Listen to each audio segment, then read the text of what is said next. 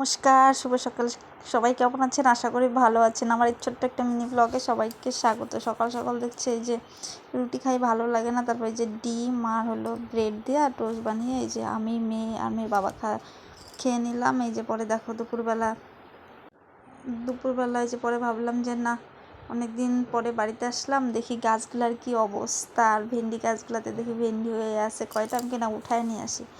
গাছগুলো দেখো পাতা টাতা কিচ্ছু নেই, কিন্তু তাও মানে ভেন্ডি হইতেই থাকে, দু একটা করে হইতেই থাকে। আর মা বলে এগুলো উঠাও উঠাও উঠাও, আমি উঠাইতে দেই না, আমাকে যতদিন হইতেছে হোক না। ওরাই দেখো ভেন্ডিগুলো ছেড়ে যে গাছগুলো তোমাদেরকে একটু দেখিয়ে দিলাম, মানে আমি 15-20 দিন পরে বাড়ির থেকে আসলাম, তো এই গাছগুলোকে একটু তোমাদেরকে দেখিয়ে দিলাম। আর আমার গাছগুলো সেই মায়া, বাড়িতে যখন ছিলাম তখন আমি হলে ফোন করতাম যে চাল কুমড়া গাছে চাল কুমড়া হয়েছে, গাছগুলো ঠিক আছে, মিষ্টি কুমড়া গাছে মিষ্টি কুমড়া হয়েছে। আমি খালি খবর নিতাম, গাছের খবর, মানুষের থেকে গাছের খবর বেশি নিতাম। এই যে পরে দেখো মাংস নিয়ে আসছে, মানে তোমার দাদাভাই বাড়িতে আসছে, পরে এই যে মিক্সিটা নষ্ট হয়ে গেছে, পরে যে শিলপাটায় বাইটে এই যে মুরগির মাংস রান্না করতেছি, দেশি মুরগি, কারণ পোলট্রিটা খাইতে চায় না, আমিও অতটা খাই না।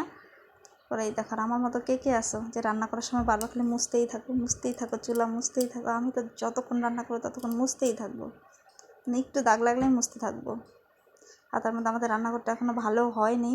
পরে দেখো দুপুরবেলা রান্না হলো, মেয়েকে একটু খাওয়াইলাম, পরে যে ডাল, কচু পাতার শাক, আচার। আমি হালকা মাংস নিয়েছি, কারণ আমি খাই না বেশি, আমি মাংস খাই না, ভালোবাসি না।